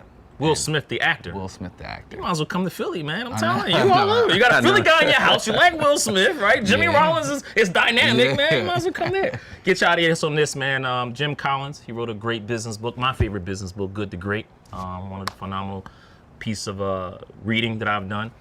What's the difference between a good baseball player and a great one? I feel like there's a lot that's different between a good baseball player and a great one.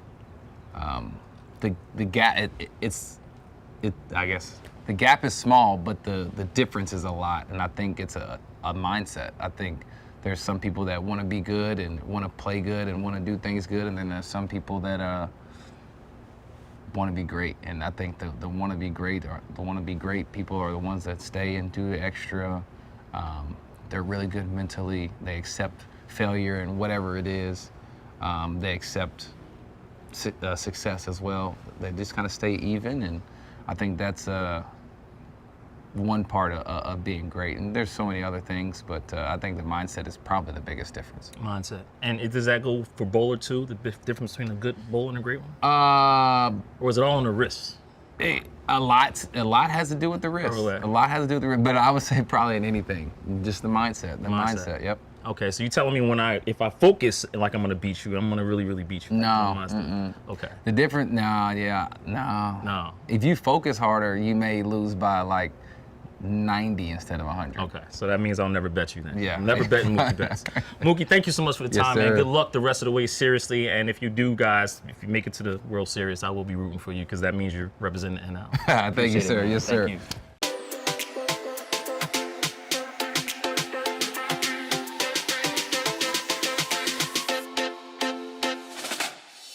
Coach Don Staley, thank you so much for sitting down with Forbes for the 50 over 50. Well, thank you. I'm glad I'm alive and well and to be here in the present to be over 50.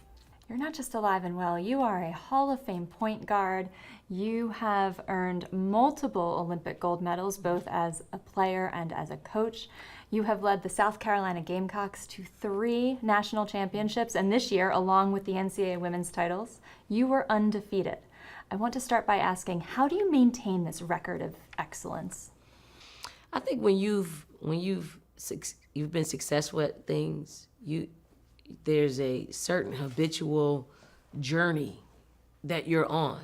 Some things are really, really good for success, and you try to stay on course with those things. I always talk to our players about creating positive and good habits, and that's what we do. Year after year after year, and then we decompress some and say, where could we have gotten better? And then maybe we'll switch up and do something a little bit different, but if it's not broken, I wouldn't bother it. Now, I talked about your record of excellence, but we are speaking in a moment of unprecedented attention on women's sports, women's basketball. Your NCAA finals drew 18.7 million people watching. The WNBA saw record attendance for its debut. What do you make of this moment in time? What I make of the movement of women's basketball is this. I do believe we've been held back for a very long time, and now it's we're like bottlenecking it. We're trying to get to the top and get as many eyeballs on our game, and people are clamoring. They're clamoring to watch. They're clamoring to be in attendance. They're buying probably, we don't even notice, but record amounts of apparel and clothing. I just think it's been on the rise for so long. Now it's uncontrollable. I think we're in a great place where people are really looking at us as a sport. You mentioned the merchandise. There was a report that came out recently that estimated the market was $4 billion that people will spend this year on merchandise for women's sports. How much money have we missed out on by not investing in women's sports before this kind of past few years? Well, I think that's been my frustration as the years have gone by, where we don't capitalize. I don't understand why people think we can't be a billion-dollar industry. We can be, and people are seeing it now. We're very popular. It's probably not too late, but a little late if you're really trying to get a return on your investment. Why do you think it's taken till now? Well, I think sometimes you need a unifier. I think Caitlin Clark has done a tremendous job at being that person that people want to see. And it is the young, the old, she's brought a different set of eyeballs on our game. Now we're being talked about on talk radio, all the talk shows, all the podcasts. And now we're seeing not only Caitlin, but all the rest of the talented young ladies that we didn't dare to cover for one reason or another, but now it's a popular thing to talk about women's basketball, and it's a great thing. I'm so happy that I'm alive and well to witness it and to see and to be a part of it.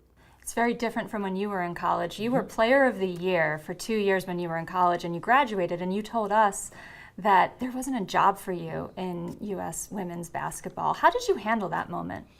Well, I think with women, we persevered all our lives. Like I knew at the end of my college career, that would be it as far as playing in the States. So what did I do?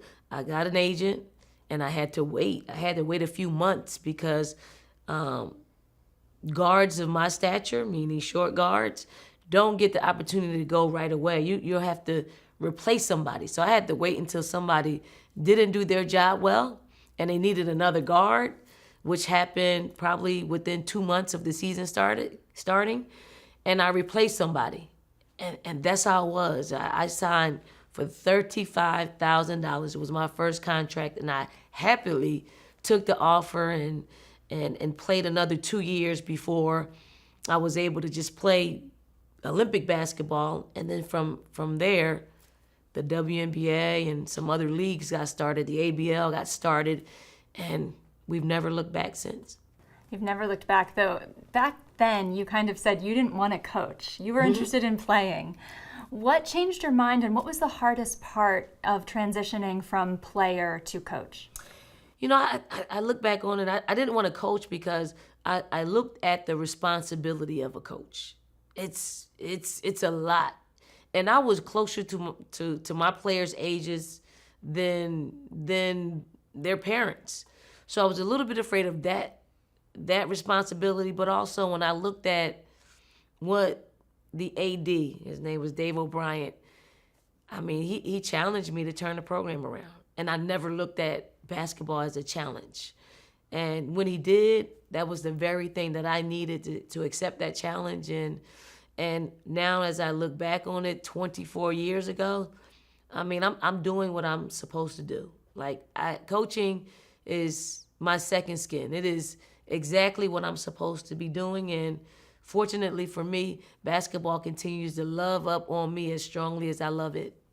Now, in 2021, you renegotiated your contract with USC. You signed a 7-year, $22.4 million contract extension, which made you one of the highest paid women's coaches in basketball. Why was it so important for you to strike that deal and renegotiate that contract? Well, I think, for one, anytime you have sustained success in any sport, any level, you know, you deserve raises. And for me, I probably looked at my male counterpart at the time and saw that his raises were much more than my raises, and his success didn't match our success. So I thought it was a great opportunity for me to just speak on that and to talk about that, especially when you got to strike when the iron's hot. You can't go in and ask for certain things if you're not, you know, you haven't had success. You just really can't, or else it doesn't make sense to people. What makes sense is success, like sustained success makes sense. Sometimes it doesn't make sense for women to ask for that. I don't know why, but it made sense for me. And I hope in me going to ask and me fighting that fight, not just women's basketball coaches get to benefit from it, but I hope every profession, because I'm sure every woman that is an executive that is doing the same type of job that their male counterparts are doing with the same type of success, some of them are afraid to go ask because, you know, they want to lose their footing. But when you bet on yourself, when you utilize the perseverance that it took to get you to that, you know, to that status, it's the same kind of gall it takes to go in there and ask for what is your worth. Like, you deserve that. You're not asking for, you know, a handout. You're asking for what you deserve, and it's don't be afraid to go in there and do that. Now we're talking for the 50 over 50, and I have one final question before we let you go. Is being over 50 an advantage or disadvantage in your line of work? Being over 50 is the most liberating. Like, seriously, I I know myself. Like, being over 50, you're more lean in life. You know what you like. You know what you don't like. And a lot of people will look at me and say, oh, I can't believe she's over 50. I don't always act like I'm over 50. I act age appropriate when necessary, but when I'm with my players, I feel in my 30s. I feel more in my 50s when they get on my nerves. Coach Staley, thank you so much for joining us. Thank you.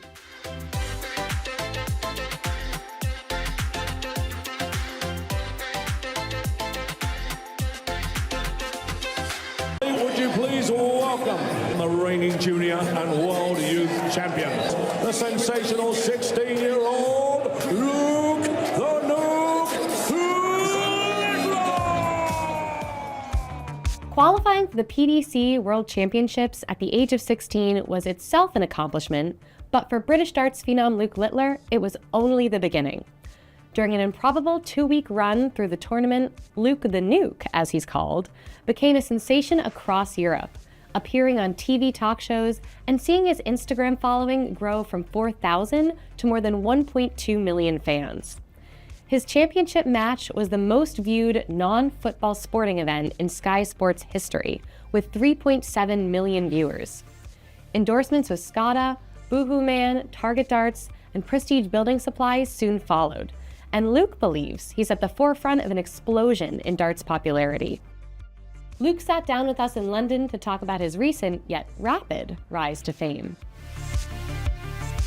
It's always been like a pub game, an old game.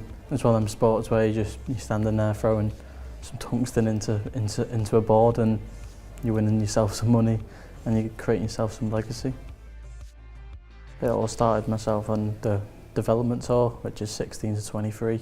And then if you finish top 2 over 24 events, you gain your tour card, which is your professional. You're guaranteed to play at the World Championships, which I did. And then I made it to the final, but it was just, for myself, it was all about trying to get into the top 2. It was my first shot, I'd done that. And then obviously done really well at the World Championships and got myself into the top 32. So it's just a bonus for me. I'm near enough guaranteed loads of these events that are coming up. And he finishes it on double 10. Luke Littler by name, but right now arguably the biggest name in world darts. Littler takes the giant step into the World Championship final, 19 days shy of his 17th birthday. Well, after my manager spoke to me, my mum and dad, and said, do you want to play in the Premier League? Which is on for 16 weeks. And then after the 16 weeks, if you're lucky enough, you get to go to the O2 London to try and win it under the top 4. And then got invited to Bahrain, Den Bosch in Netherlands to play in the World Series. And then qualified for my first Euro Tour, won my first Pro Tour. So it's just all good hopes this year.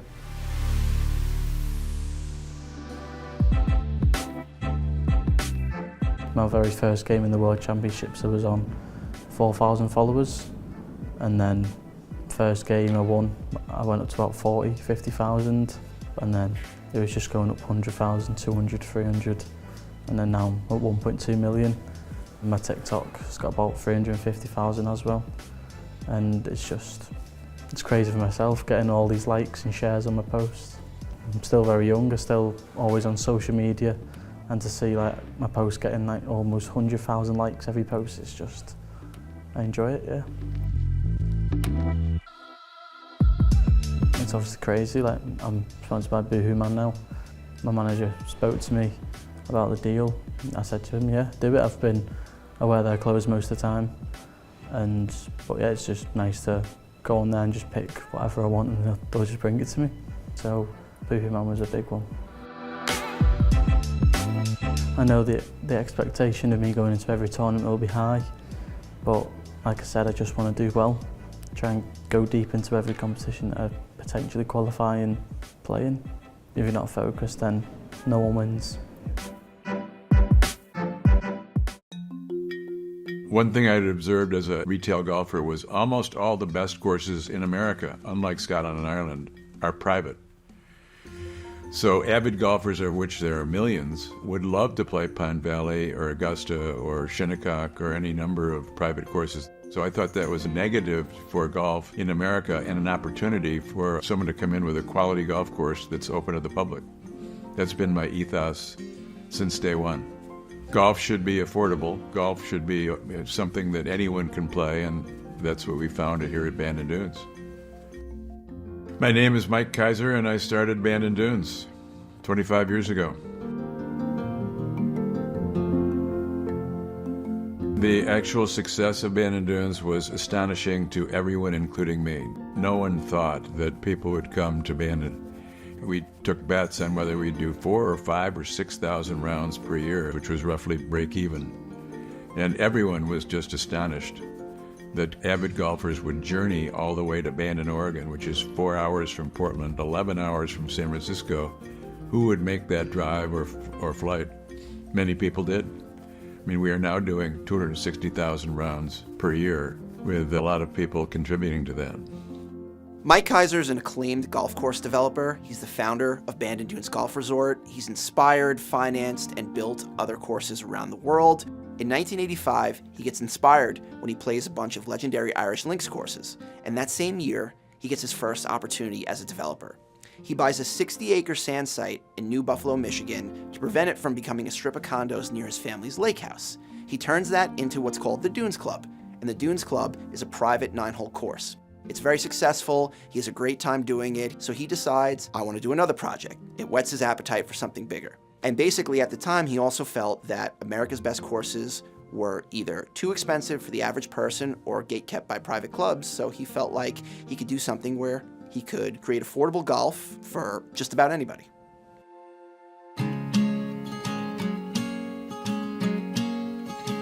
So links golf comes from the Old English word hlink, which means rising ground or ridge, and refers to sandy area along the coast.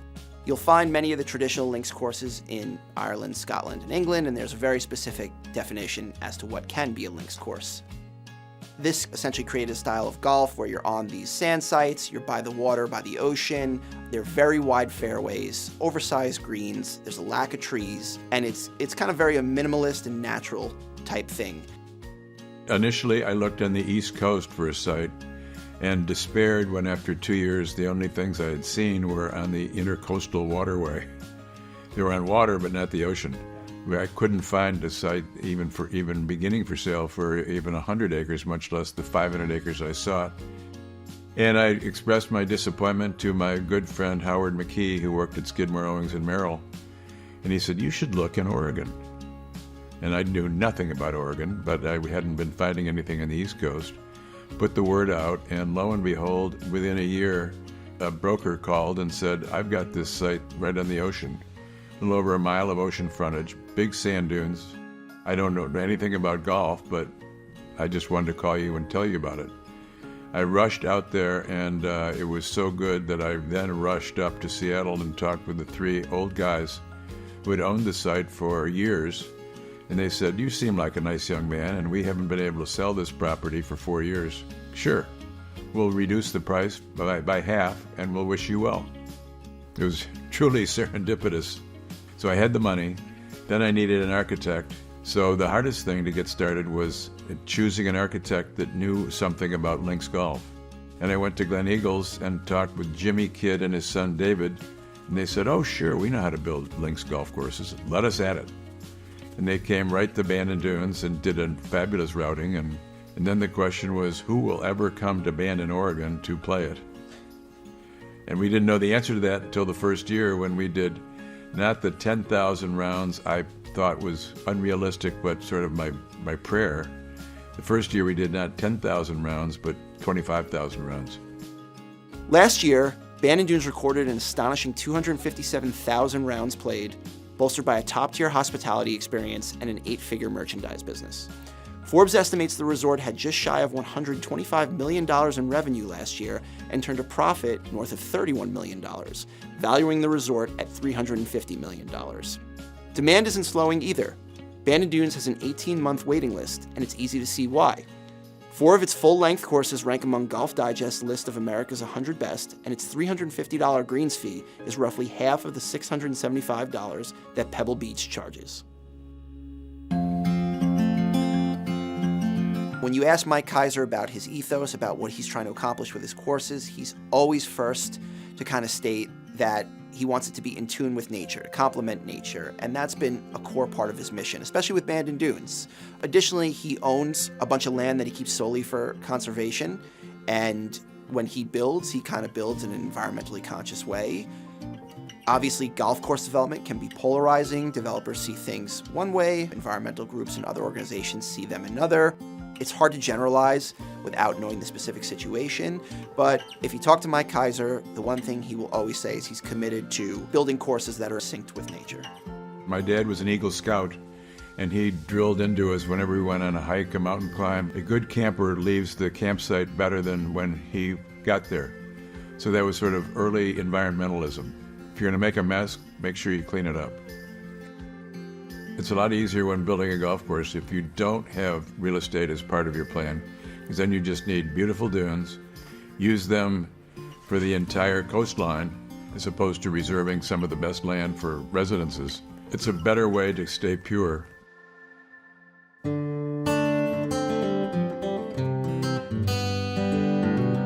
Being an acclaimed golf developer wasn't exactly what Mike Keiser thought he would be doing with his life. After college and after a stint in the Navy, he got out and he was planning to enter Harvard Business School. In 1971, he set to go into HBS, and while on a ski bum vacation, he decides he doesn't want to go.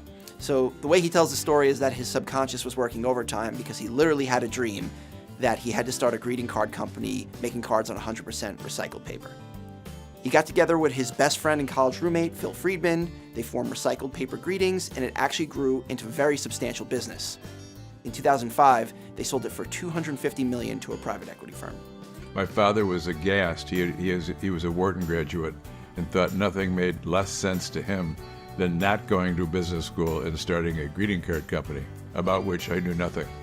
The whole idea was greeting cards on 100% recycled paper, so we thought in the days of beginning ecology, they would just sell themselves. Definitely wrong. Everyone thought it was a nice idea, but they bought cards based on the content, not on the paper. We call our dads and say, "Dad, will you give us $5,000 to start this greeting card company about which we know nothing?"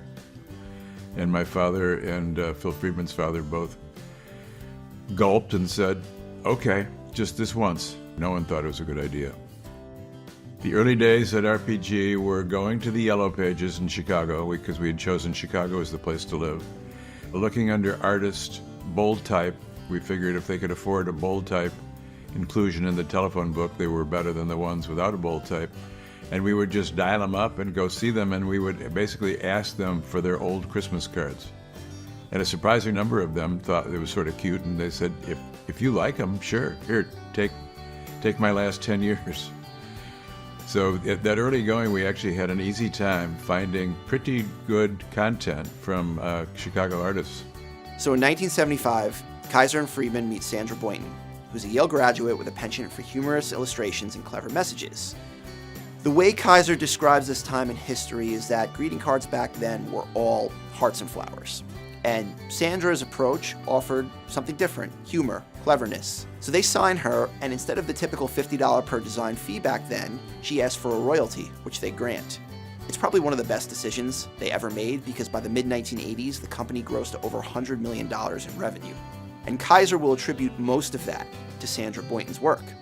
Now, if you ask him, he'll say she was the woman who made him enough money to build Bandon Dunes. He'll call her a genius over and over again, and ultimately, it's true, because the success of recycled paper greetings is what allowed Keiser to pursue the second career.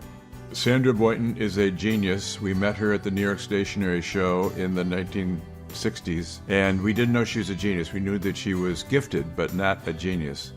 Basically, whatever she designed for us sold well, and in many cases sold superlatively. Her most famous card was a picture of a hippo, a bird, and 2 sheep with the message, "Hippo Birdie to You," and it ran out of stores. We actually had a system where we knew what our best cards and our worst cards were, and that was essential for our success, because we could basically make sure that only good cards were in any given store. We grew from 2 million when we first met her to 100 million.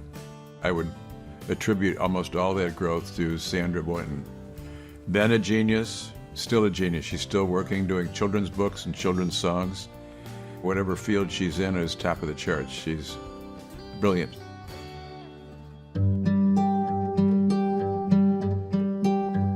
A lot of golf aficionados around the world were stunned how well Bandon Dunes did, and quickly understood the formula.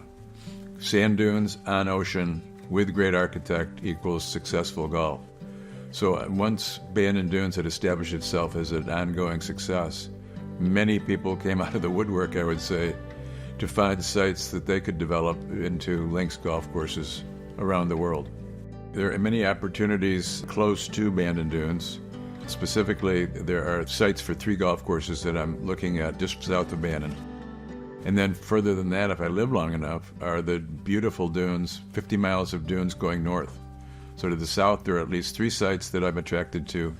Going north, there are as many as 4, 5, 6 sites. For the good of golf, golf should not be for the rich. And to fault Pebble Beach on one thing, I mean, they are approaching $1,000 for one round of golf, which is out of sight for many people. We try to be far less than half of what Pebble Beach is, which right now is $110 to $350, which is an affordable amount, depending on the time of year. And I think that that's important for golf.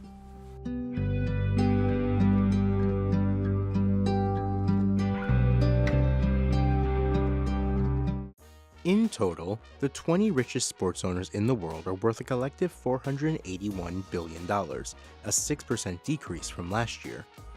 All but 3 of this year's list makers experienced increases in their fortunes. The decline is largely a result of the exclusion of Mukesh Ambani, Masayoshi Son, Mark Mateschitz, and James Ratcliffe. Forbes adjusted its methodology to exclude teams owned by public companies and therefore their shareholders, which knocked each of those men off the list. The NBA is the most represented league on this year's list, with 9 owners claiming spots. That mark is followed by 7 billionaires from the NFL, 5 from the NHL, 4 from MLS, and 3 from European soccer. Steve Cohen is the only MLB owner on the 2024 list, while Joe Tsai, who is included in the NBA owners, is the only owner of a WNBA team. Here are the 5 richest sports team owners on the 2024 World's Billionaires list. At number 5, Dan Gilbert. As the Cleveland Cavaliers continue to navigate the post-LeBron James era, Gilbert has expressed interest in owning another sports team. In October, he joined an effort to bring a new National Women's Soccer League franchise to Cleveland. At number 4, Francois Phenom and family. As Stade Rennais remains muddled in mediocrity, the 87-year-old Phenom, founder of luxury goods giant Kering, and his family have expanded their sports interests through a different vehicle. In September, the French billionaire's son, François-Henri, brought CAA, ranked in 2022 as the world's most valuable sports agency, in a $7 billion deal. At number 3, Miriam Adelson and family. Joining the list for the first time is Miriam Adelson, who, along with her family, purchased the Dallas Mavericks from billionaire Mark Cuban in 2023 at a reported valuation of $3.5 billion. The widow of former Las Vegas Sands chairman and CEO Sheldon Adelson lands in the top 3 after agreeing to buy 68% of the team last year, with the option to purchase more shares later. The unique deal leaves Cuban a minority shareholder, but in control of basketball operations for now. At number 2, Rob Walton and family. Walton is yet to find success in his brief tenure as the Broncos owner, but he wiped the slate clean for 2024, eating $85 million to cut quarterback Russell Wilson from the roster. And at number 1, Steve Ballmer. This January, Ballmer shelled out more than $152 million to extend the 32-year-old All-Star forward Kawhi Leonard's contract for another 3 seasons. And he's expected to make similar moves with his other aging talents, Paul George, 33, and James Harden, 34. Next year, one of his crowning achievements will come to fruition when the Clippers move into their new home, the $2 billion Intuit Dome in Inglewood, California. Hi everybody, I'm Brittany Lewis, a reporter here at Forbes. Joining me now is my Forbes colleague, staff writer Dustin Birnbaum. Justin, thanks so much for coming on. Thanks for having me, Brittany. The Olympics are fully underway, and aside from bringing your country tremendous honor when you win an Olympic medal, you're reporting that some countries are offering a 6-figure payday. So first, let's start right at home. If an American athlete takes home gold, how much money are they earning and who's paying for it? Sure. So the medal bonuses for the United States are paid out by the United States Olympic and Paralympic Committee. Gold earns you $37,500, just shy of 40 grand. And the important thing to note about the gold medals or any of the medal bonuses with the United States is that they do not divvy it up. If you win a medal, you get the fully ascribed bonus for that, whereas other nations, have different amounts or will divvy up the bonuses if you're in a team setting or something like that. So let's talk about those other medals. Let's say you take home silver or bronze. What's your payday look like? For the U.S., silver will net you $22,500, bronze $15,000. Like I said before, every member of a team would get that bonus as opposed to it being divvied up or anything like that. And yeah. Let's say you go to the Olympic Games as an American athlete, you compete, but you come home empty-handed. Do you get any money just for participating? So I just want to be clear, those bonuses are explicit cash prizes for winning a medal. That's not to say the USOPC and other governing bodies don't offer benefits in the form of, grants or health insurance or health benefits. So there are other things associated with, competing at the Olympics. If you're talking explicit cash bonuses, then yes, in the case of the United States, you have to get on the podium. Other nations, including some that we'll talk about, pay out to places that don't necessarily end up on the podium. But yeah, to get an explicit cash bonus for the United States, you have to be gold medal, silver medal, or bronze medal. Talk about how other countries and territories compare to America when paying out their athletes. Do all athletes who medal get paid equally? So that is at the discretion of the National Olympic Committees or the sports ministries for the many nations competing. So Forbes reached out to all 206 countries and territories participating in the Olympics. We were able to confirm that 33 do pay cash prizes for medal bonuses. And of those 33, 15 pay over 6 figures. So it can really depend on where you're from, how well you do in terms of monetary and financial compensation from the Olympics. But yeah, there are other benefits there. It varies widely from country to country, and it really comes down to what the National Olympic Committee or their sports ministry decide. We'll talk about those other benefits in a moment. But before that, you said some countries, 15 to be exact, are paying 6 figures for a gold medal. Who's paying the most? Yeah, to be clear, we were able to confirm 15. It's possible that other nations could be, and we just, were unable to confirm that. So of the countries that we confirmed this information with, Hong Kong is the leader in the clubhouse. They offered nearly $800,000 for a gold medal, which is just a stunning number there. What's funny is, in our data, Israel and Serbia came after them, paying just over about 200 grand. And if you earn a silver with Hong Kong, that pays about $380,000, which is more than gold medals for many of these other countries. Clearly, it's a good day to be an Olympic medal winner for one of these countries or territories. But do you know why these countries pay their athletes, their winning athletes rather, so much money compared to others?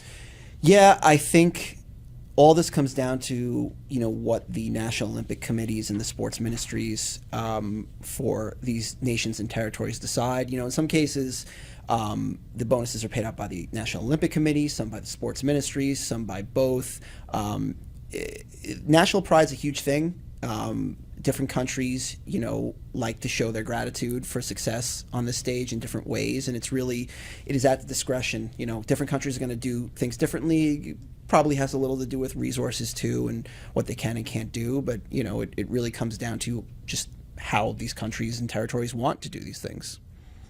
I know we've been focusing the conversation talking about these cash prizes, but are there any other benefits that countries award Olympic athletes who medal and some that just participate? So to be clear, some countries will pay out beyond the podium, meaning there are cash prizes even if you don't come in first, second, or third. Others, in some cases, there are monthly allowances that will continue whether it's the end of the Olympic cycle or if it's, for life. Serbia offers a pension. Also, New Zealand has a $40,000 bonus for gold medalists that they get paid annually for an entire Olympic cycle. So in the end, that actually ends up being more than 6 figures as well, even though it's not at once. Denmark offers a relatively small bonus of $15,000, but it's tax-free, which in a nation like that with a high tax rate is like a really crucial point. And then you have Poland, which has kind of a really unique and interesting slew of benefits. If you medal for Poland, you get a painting from a talented and respected Polish artist, investment grade diamond vacation voucher for 2, and either a 1-room or a 2-room bedroom apartment in the Warsaw metropolitan area. So yeah, they have a really unique package. I mean, that sounds like something, a prize package you would win on The Price is Right. But medal recipients in some countries like Norway, Iceland, and Sweden are not financially compensated. Did they give you a reason as to why not?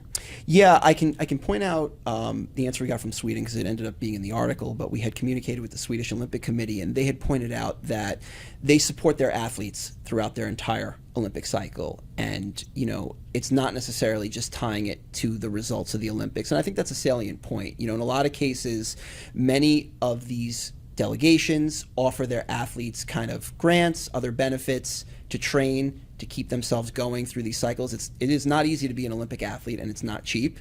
And I think in a lot of cases, you'll see that some of these delegations just, you know, interpret their priorities different. But like Sweden said, you know, like we support them, you know, throughout the Olympic cycle. So, you know, we don't just want to solely reward them. We want to reward them throughout the process. And, you know, the United Kingdom is another one. And what's interesting is while they don't offer medal bonuses, you know, they have governing bodies that do, like their track and field governing body, which is called British Athletics, offers medal bonuses. I do want to turn the conversation back to the United States. And obviously, $30-something thousand is just a drop in the bucket for those household name athletes. Yes, I'm looking at you, LeBron James, but what does this do to lesser known athletes? Yeah, so like I just said, it's not easy being an Olympic athlete. It's not cheap either. You're talking about years of training, medical expenses, equipment. There's a lot of different costs you can rack up. In a lot of cases, you know, they don't have the multi-million-dollar contracts or endorsement deals that a LeBron James or a Devin Booker or a Jason Tatum would have. You know, like we look at the NBA team, you know, the slew of NBA players representing USA basketball, and we think, you know, wow, you know, they're making millions and millions of dollars. And they have, you know, the means to subsidize themselves. But there are many athletes representing Team USA who work jobs, who have careers, who, you know, have to figure out ways to put food on the table. And, you know, the bonus is a great reward for that. I mean, depending on the athlete and their financial situation, it could mean more, it could mean less. But, you know, it really is tough to be an Olympic athlete, and it costs a lot of money. So, you know, especially from other nations as well. So bonuses really do help. Justin Birnbaum, thank you so much for coming on. Thank you, Brittany.